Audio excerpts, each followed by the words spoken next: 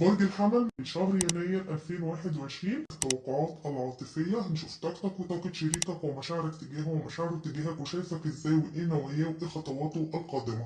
وخلينا نشوف طاقتك انت يا برج الحمل. انا شايفة ان انت يمكن عندك اخبار جديدة، اخبار خاصة بالعمل او بالاموال. شايفة ان انت شخص عملي، شخص مخلص. أم، شايفة إن أنت منتظر أخبار عامة، يا من شريكك يا بخصوص عمل. شايفة إن أنت مستني الأخبار دي على الأحر من الجمر يا برج الحمل. شايفة إن أنت قلقان وقاعد على نار منتظر الخبر ده. لكن أنت شخص عملي عامة، وشايفة إن أنت بتنجز العديد من المهام، وشايفة إن أنت عندك إنجازات عايز تحققها. شايفة إن أنت شخص طموح، شخص جيد جدا. آه، كمان بظهور بطاقة سلفرز واضح جدا إن أنت يمكن مستني أخبار من الشريك، ويمكن مستني أخبار من عمل أو حاجة خاصة بالاستثمارات أو الأعمال أو الماديات. شايفة إن أنت وشريكك في مفترق طرق يا برج الحمل، في تباعد ما بينكم. لكن أنت بتحب شريكك جدا جدا، وشايفة إن أنت عايز توصل له وإن أنت بتحبه، بتشعر برغبة كبيرة تجاهه وبتشعر بشغف تجاهه، بجاذبية. أنت بتحب الشخص ده وعايز توصل له، لكن أنت عارف إن أنت مش هتقدر توصل للشخص ده إلا لما تعمل بجدية. أنا شايفة إن أنت بتبذل مجهود كبير إن أنت توصل للشخص ده. يمكن العلاقة متوترة أو فيها مشاكل بسبب الماديات، أو بسبب الإمكانيات، إن أنت ممكن عايز توثق علاقة أو تاخد يعني قرار مهم بخصوص العلاقة. القرار ده خاص بالماديات.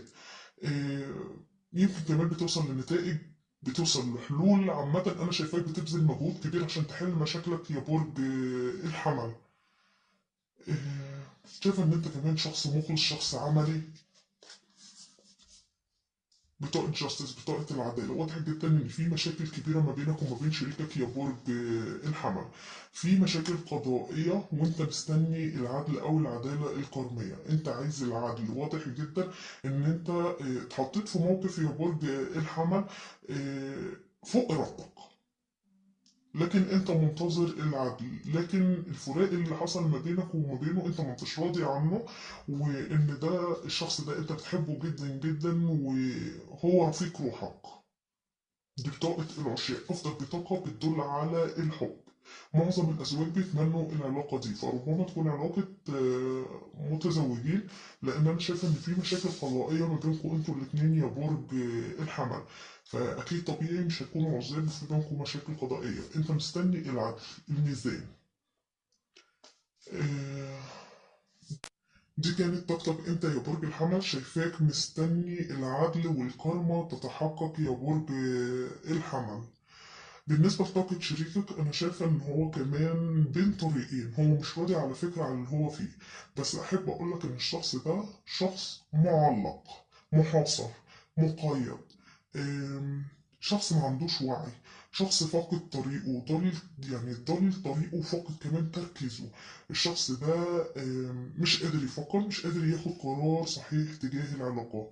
كمان أنا شايف إن هو خايف وقلقان ومرعوب وندمان جدا جدا. واضح جدا إن هو عارف إنه أثر معاك يا برج الحمل. أنت مستني العدل والعدالة وبتحب الشخص ده جدا. هو كمان ندمان على اللي عمله معاك، يمكن كمان في وحدة وفي عزلة و... ومش راضي عن حياته عامة، وما بيعرفش ينام وعنده صداع دايما باستمرار من كتر التفكير. آه، شايفاه واقف ما بين طريقين، أو بيحاول ياخد قرار ما بين قرارين. شايفاه بيراقبك، يمكن بيراقبك على مواقع التواصل. أنا شايفاه عامة إن هو بيراقبك، وفي طاقة انتظار وفي طاقة ترقب يا برج الحمل. يمكن هو تركك وبعد أو أيا كان أنت اللي ابتديت، هو اللي ابتدى عامة بعد حصل الانفصال أو الابتعاد ده. شايف ان الشخص حاليا في طاقة انتظار، يمكن مستني عودة منك و... وهو لسه ما خدش القرار النهائي ان هو يبتعد عنك للأبد يا برج الحمل. لان انا شايفاه في طاقة انتظار، هل هيبقى ولا يغادر نهائيا، بس هو لسه ما خدش القرار ده. لكن هو بيحاول ياخد القرار الصحيح، لكن هو عنده قلة رضا، هو مش راضي عن الوضع اللي هو فيه تماما. فأنا شايفة إن هو تعبان وحيران ومش عارف ياخد القرار الصحيح، بس كل اللي بيعمله إن هو واقف منتظر ومترقب يا برج الحمل، فاحذر لأنك مراقب. ده بالنسبة لطاقة شريكك. طب خلينا نشوف مشاعرك أنت تجاهه. بالنسبة لمشاعرك انت يا برج الحمل، انا شايف ان انت كنت بتمر بفترة من الجمود، جمدت قلبك على الشخص ده واخدت قرار ان انت خلاص مش هترجع له تاني، وان انت خلاص هتاخد منه موقف، وان انت هتبتدي بداية جديدة، وان انت خلاص تعبت ومش هتقدر تكمل مع الشخص ده. ولكن كنت قاعد وكأنك قاعد على السياج، مش مرتاح نفسيا. كل قرار كنت بتاخده كان بيبقى قرار أصعب من التاني. كان الخيارات بالنسبة لك خيارات مؤلمة، بتتعبك بترهقك.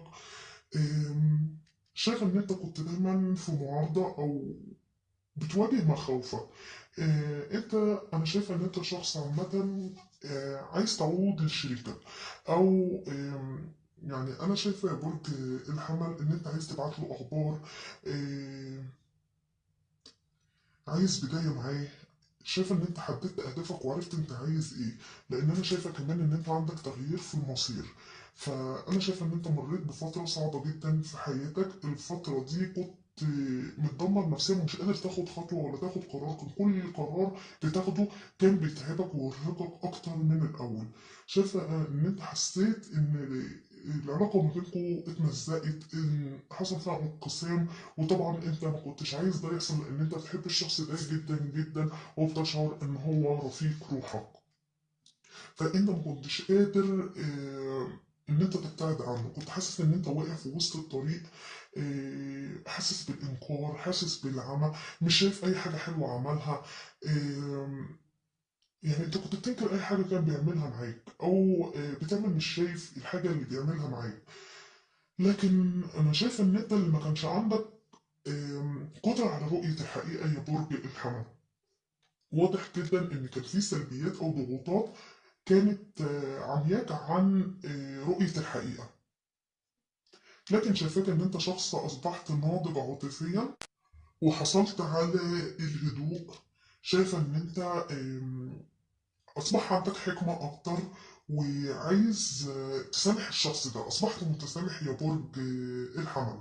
شايفاك شخص دبلوماسي، وعايز بداية جديدة مع الشخص ده، أو عايز إن أنت تسامحه أو تغفر له. شايفة إن أنت قاعد مستنيه وماسك له كاس الحب يا برج الحمل. شايفة إن أنت بتحاول تلاقي التوازن ما بين عقلك وقلبك. شايفة إن أنت آم، بتشعر بالرومانسية تجاه الشخص ده وحنين عليه.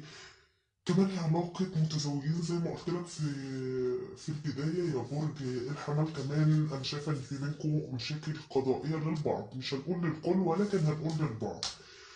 لكن أنا شايف عامة إن أنت شخص مخلص و... وعايز تصالح الشريك. أنا شايف إن أنت عايز تصالح الشخص ده.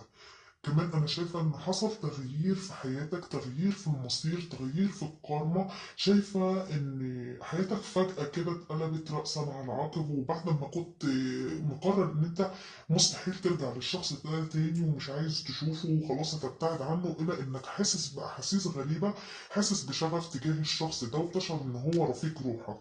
مش بس في طاقتك ده ظهر، لأ ده كمان في مشاعرك. أنت بالفعل بتحب الشخص ده، ويمكن بتحاول تنكر الكلام ده قدام اي حد، لكن في الحقيقه بينك وبين نفسك انت مش قادر تعيش من غيره، وبتحبه جدا جدا يا برج الحمل. شايفه عندك تغيير في المصير، تغيير في الكارما. انتظر، لو الشخص ده ظلمك وجه عليك فالكارما هتتحقق والحق هيعود، وهيكون عندك حظ سعيد جدا يا برج الحمل فوق ما تتخيل. آم، ده بالنسبة لمشاعرك انت. طب خلينا نشوف مشاعره هو تجاهك. بالنسبة لمشاعر الشخص ده، أنا شايف إن هو مستني منك أخبار يا برج الحمل، ولكن أنت أخبارك اتأخرت عليه، أنت مجمد قلبك عليه. فالشخص ده ما قداموش حاجة غير إن هو يصبر. لكن هو مش صابر وساكت، ده هو بيفكر وبيخطط لك وعنده يقظة. لكن انا شايف عامة ان هو ندمان وعايز ينصفك. لو هو جه عليك وظلمك وكسر بخاطرك وجه عليك بالقوي يا برج الحمل، انا شايف ان هو جه عليك لدرجة ان انت يعني تعبان قوي. انت كان في حاجات بتحصل قدامك وكنت عامل ان انت مش شايفها او واخد بالك منها، لكن خلاص ما قدرتش تتحمل الوضع ده. فهو شايف ان هو عايز ينصفك وان هو جه عليك وعايز يحارب بقى الظلم، هو عارف ان ظلمك، فهو عايز يجيب لك بقى حقك حتى لو من نفسه. الشخص ده آم، بقى رزين شوية كده تقدر تقول، يعني ما بقاش متهور. قبل ما يفكر يتكلم معاك بيفكر كويس قوي، وما بقاش بينجذب لأي جدال، والشخص ده بقى بيستخدم عقله أكتر من مشاعره. شخص فضولي، شايف إن هو عايز يتواصل معاك يا برج الحمل، عايز يجيلك يتكلم معاك بكل صدق وكل صراحة، وعايز يعني يتكلم معاك قدام أي حد، مش همه هو عايز يدافع يعني عن الحق، وعايز ينصفك، عايز يحارب الظلم اللي وقع عليك يا برج الحمل. طبعا انا بتكلم دي القراءة اللي ظاهرة ممكن تكون عكسية، ممكن يكون الظلم ده وقع على شريك برج الحمل، فحطوا في اعتباركم القراءة ممكن تكون عكسية. محدش يكتب في الكومنتات لا القراءة غلط ده الحمل هو اللي ظالم، تمام؟ انا بقول ان القراءة بتقبل، القراءة العاطفية بتقبل تكون عكس. عامة أنا شايفة إن شريكك يا برج الحمل آه، جاي عايز يدافع عن حقه او عن معتقداته، جاي يحارب ويحارب من، يعني انا شايفه ان هنا ان هو جاي يحارب الظلم وعايز ينصفك. فانا شايفه ان هو جاي يحارب من زاويه خاصه، فهو عنده مفهوم خاص. انت ادرى طبعا هو فاهم ايه، فهو جاي يحارب من الزاويه دي. لكن عامه انا شايف ان هو عايز يحميك وعايز يدافع عنك بكل عزم وبكل تحدي، وواقف وقفه معارضه. الشخص ده حاسس ان هو متمسك بمفرده بالعلاقه، وان انت خلاص مش عايزه ومش طايقه ومش طايق تشوف وشه مره تانيه يا برج الحمل، وان انت خلاص مستغني عن العلاقه اللي هتتعبك وترهقك. لكن هو لسه محافظ على سيطرته وبيحاول ان هو يقف بحزم وقوة. شايف ان هو عنده إرادة قوية. يمكن يكون بيتعرض لهجوم شديد منك، ان انت خلاص تعبت منه وان انت مش عايزه في حياتك، لكن هو مصر ان هو يقاوم يا برج الحمل. كمان شايفة بينكم مشاكل قضائية. الشخص ده عايز يعمل تسوية للنزاعات اللي ما بينكم سواء قضائية او مشاكل نفسية. ف الشخص ده عايز يصلح العلاقة ما بينكم وما بين بعض، أيا كان فيها خلافات فيها معارك في الوقت الحالي يا برج الحمل، إلا إن هو مصر إن هو يدافع عنك وإن هو يعمل تسوية لأي نزاعات بينك وبينه يا برج الحمل. طب خلينا نشوف هو شايفك إزاي.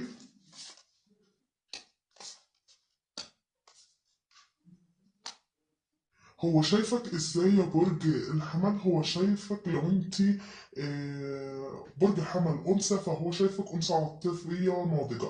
لو انت مش انثى وانت رجل، فهو شايفك شخص، هي شايفاك برضو شخص عاطفي ناضج. ايا كانت المواصفات اللي انا هتكلم عنها دلوقتي فهي تنطبق على ذكر او انثى، سواء انت رجل او امرأة يا برج الحمل، فخد الكلام عن نفسك. لكن انا هتكلم لما بتكلم واقول انت لان ظاهر بطاقه الكوين. عامة هو شريكك شايفك يا برج الحمل شخص عاطفي ناضج. معلش هتكلم بقى على انها انثى. لو انت انثى فهو شايف عندك كل الانوثه، لو انت رجل فهي شايفاك يعني رجل محب، عندك دفء، احساس، لطف، شخص رومانسي، شخص مخلص. كمان هو شايفك شريكك يا برج الحمل شخص خجول، شخص متساهل، ولكن انت سهل بتنجرح. يعني من اقل حاجة ممكن هو يعملها معاك فانت بتنجرح وبتزعل بسرعة.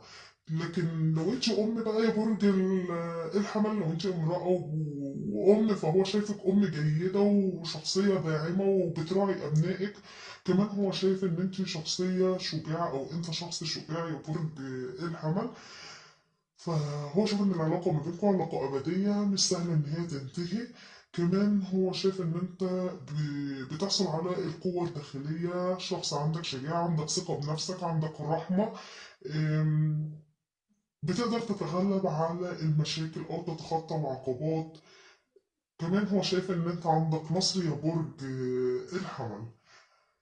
هو شايف ان انت بتنجح في شيء او بتنتصر او بتفوز، ومش بس كده وبتحتفل كمان. هو شايف ان انت شخص نيتك حسنة، وعلشان كده بتحقق اهدافك، وان ربنا بيقف معاك وبييسر لك امورك.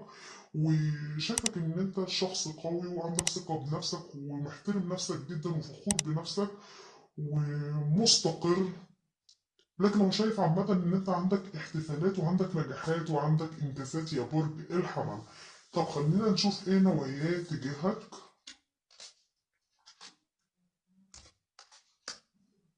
بالنسبة لنواياه، أنا شايف إن الشخص ده حاليا في فترة من التعب والإرهاق الشديد، وباين في طاقته إن الشخص ده تعبان جدا ومرهق. ده مش بس كده، ده شايل أعباء فوق طاقته، متحمل مسؤوليات ومجهد جدا، عنده مشاكل كتيرة ومضغوط فيها جدا يا برج الحمل.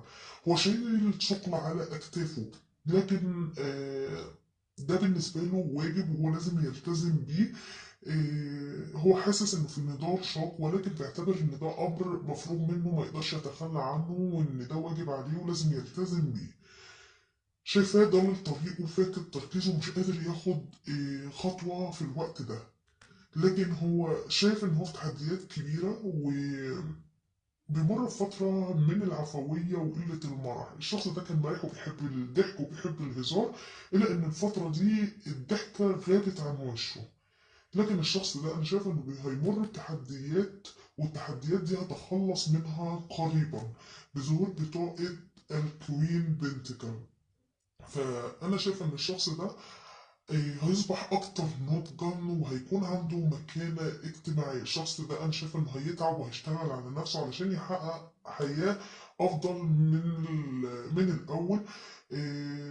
هو عايز يكون شخص ناجح وشخص مستقل. يعني هو تعبان ومش راضي عن حاله، واضح جدا إن هو تعبان ومرهق ومش راضي عن الحياة اللي هو عايشها.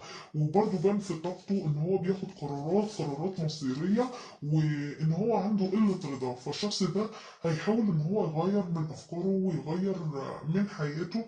شايف ان هو هينجح، يعني تقدر تقول كده يمكن يدخل في عمل، في استثمار. شايف ان هو هيعمل وهيحصل على ارباح كبيره تكون سبب نجاح الشخص ده. البنت كان هنا هي بتعني الاموال. فشايف ان الشخص ده هيكون مستقل ماليا وهيحقق ثروة كبيرة وهيكون شخص مرفه وهيوفر لك الرفاهية يا برج الحمل. كمان انا شايف ان هو هينظم حياته بشكل لا معقول. يعني الشخص ده هيتغير، تقدر تقول بنسبة، يعني اقول لك 90%. هو الشخص ده هيتغير تغيير حرفي. كمان ظهرت طاقة العالم او ذا وورد. فالشخص ده هيكون عنده تغيير، هيكون مرحب بيه. إيه، شايفة إن الشخص ده حرفيا هيحقق كل ما يتخيله من أعماله، وهيصبح في وضع أكتر أمن وأكتر استقرار، وهيرتاح من كل الضغوط والأعباء اللي بيمر بيها. ولكن مش كل ده هيتحقق يا برج الحمل. هتفضل حاجة واحدة بس، وهي أنت الأمنية الوحيدة اللي هتكون فاضلة بالنسبة له، علشان يبقى كده خلاص هو حقق أحلامه وحقق أمانيه، وكل اللي كان بيحلم بيه حصل عليه حرفيا. بعد ما يحقق النجاح المالي ويحصل عليك يا برج الحمل، هو هيقول إن، يعني أنا ممتلك الدنيا دي، أنا مش عايز حاجة من الدنيا دي من بعدك، ومن بعد الاستقرار والأمن اللي هو يحققه يا برج الحمل. ده اللي في نواياه، ان هو يحقق استقرار مالي ويعود لحياتك مرة تانية. بص، انا شايف ان الشخص ده خانك وكذب عليك وغشك او سرق منك حاجة. هو اتعامل معاك بأسوأ ما يمكن. لو هتقولي ان ده شخص خاين وكذاب وعمل فيا البدع، هقول لك حقك. بطاقة السيفن سورتس فهي بتعني الخداع والكذب والغش، والخيانة. ممكن يكون خانك مع حد تاني، أو أنت عرفت إن هو على علاقات متعددة، أو الشخص ده سرق منك حاجة. ما هو أنتوا أكيد كلكم مش اتخانتوا، ولا أكيد كلكم اتخدعتوا، ولا أكيد كلكم سرق منكم حاجة. وكل واحد ليه قصة وسيناريو مختلف عن التاني. فأنا شايف إن الشخص ده يمكن يكون خانك أو خدعك أو غدر بيك أو سرق منك حاجة، اتعامل معاك بأسوأ ما تتخيل يا برج الحمل. وبجد انت معذور في القرارات اللي انت بتاخدها، سواء في البعد او ان انت خلاص مش طايق تشوف وش الشخص ده، فده حقك. ولكن انا عايز اقولك ان الشخص ده هيتغير على ايدك، هيكون عنده تغيير في المصير. الشخص ده بجد هيتغير. لو انت خايف منه فانا بقولك الشخص ده هيتغير حرفيا يا برج الحمل، وهيعود لحياتك بكل فرح وكل سعادة. الشخص ده أذاك جدا وتعامل معاك بأسوأ ما يمكن، وانت كنت كشفه، ويعني بتحاول ان انت تكشفه، لكن كل ما بتحاول تكشفه كان بيهرب من كشف الحقيقة، فانت كنت حاسس ان انت معمي مش قادر تمسكه او تمسك عليه حاجة يا برج الحمل للأسف. لكن أنا شايفة إن هو عايز يعود ليك بكل حب بكل احترام بكل ثقة. أنا بحبك وعايز ألتزم معاك وهحترمك وهقدرك وهساعدك يا برج الحمل. بطاقة الهيرو فان، بطاقة الاحترام، بطاقة الحب، بطاقة الالتزام. يعني توقع الالتزام والحب والسعادة قريبا. كمان بطاقة الثري كابس، فأنا شايفة في أفراح وفي سعادة وفي احتفالات قريبا. في ليه مش متزوجين وكانت علاقة يعني حب أو ترابط، أو كان في بداية مشروع خطوبة وحصل انفصال أيا كان اللي حصل، فشايف إن الشخص ده جاي لك عايز يرسم العلاقة، عايز خطوبة، عايز زفاف. للمتزوجين فأنا شايف إنه عايز يجي يصالحك وعايز يحتفل بيك، كمان يمكن يكون في مولود جديد وبتحتفلوا بيه. فأنا شايفة إن شاء الله القادم بالنسبة لك يا برج الحمل حب، سعادة، التزام. والشخص ده اللي انت خايف منه واللي هو خدعك وغدر بيك هيتغير، و هيعوضك عن كل اللي فات بمعنى اصح. انا شايف ان انت بتحبه جدا جدا ومصدوم في اللي عمله معاك، ومش متوقع ان هو يعمل معاك كده يا برج الحمل. فباذن الله توقع السعاده الاتيه لك يا برج الحمل، ودايما تفائلوا الخير تجدوه. ودي كانت القراءه العاطفيه يا برج الحمل لشهر يناير. طب خلينا نشوف من ناحيه الحب او العاطفه. بطاقة رومانس بتقولك ايه يا برج الحمل؟ بطاقة رومانس بتقولك يا برج الحمل ان انت بتشعر بشغف شديد، واسمح لروحك وقلبك ان انت تخرج للشغف ده، وان انت تكون سعيد، وان انت تغني وتنطلق للحب يا برج الحمل. صدق قلبك ومشاعرك يا برج الحمل. أما من ناحية إجابة الملايكة عليك، لو أنت حيران في سؤال إمتى الشخص ده هيتغير أو إمتى الشخص ده هيعود ليك، هي بتقولك in the near future، في القريب العاجل. انتظري يا برج الحمل، الشخص ده هيتغير وهيعود لحياتك بكل سعادة وهنا بإذن الله. طب احنا كده خلاص خلصنا القراءة العاطفية وشوفنا من ناحية العاطفة والإجابة بتاعت الملائكة. طب خلينا نشوف نصيحة التارو بتقولك إيه يا برج الحمل. نصيحة التارو هي بتاعت النايت سوردس، وهي بتقولك إن في تغيير كبير قادم في حياتك، وإن هيجتمع العديد من العناصر في وقت ومكان مناسب، وهيمنحك الكون فرصة للتقدم في طريقك واحتضان مصيرك. اغتنم هذه الفرصة يا برج الحمل. لو لاحظت ان نصيحة التارو مع مشاعرك، مع اجابة سؤالك، مع خطوات شريكك، هتلاقيها كلها بتقولك ان في فرصة وتغيير في المصير، وفي فرصة حلوة قوي جايالك. اغتنم الفرصة دي يا برج الحمل. أما من الناحية الصحية فهي بطاقة التو بنتكل، وهي بتنصحك إنك أنت تتذكر الموازنة بين حياتك العملية والشخصية واحتياجاتك الصحية، وتأكد من قضاء بعض الوقت في تناول الطعام الصحي وممارسة الرياضة. ولو أنت بتبدأ خطة جديدة لتناول الطعام الصحي وروتين اللياقة، فهي تخبرك إنك أنت هتربح نفسك بهذه الأشياء، فلا تحاول إنك أنت تفعل الكثير في وقت مبكر جدا. أما من الناحية العملية والمالية فهي بطاقة الإمبراطورة، وهي بتعني الإبداع يا برج الحمل. آه، هي بتقول إن أنت هتشعر بالإبداع الشديد، وهتكون ملهم بالأشخاص اللي حواليك، وهتحس بشغف تجاههم، وهتكون مليان بالأفكار الجديدة بالنسبة لأولئك الذين بيحاولوا اتخاذ قرار بشأن مهنة أو التفكير في تغيير مهنتهم. عادة هيكون ده مؤشر على إنك هتحقق أداء جيد في مجال إبداعي مثل الفنون. أما من الناحية المالية فده الوقت المناسب للتدفق النقدي، وإنه أيضا وقت مناسب لمتابعة حدثك فيما يتعلق بالاستثمارات أثناء جني الفوائد. ولكن تذكر مشاركة وفرة ثروتك مع المحتاجين يا برج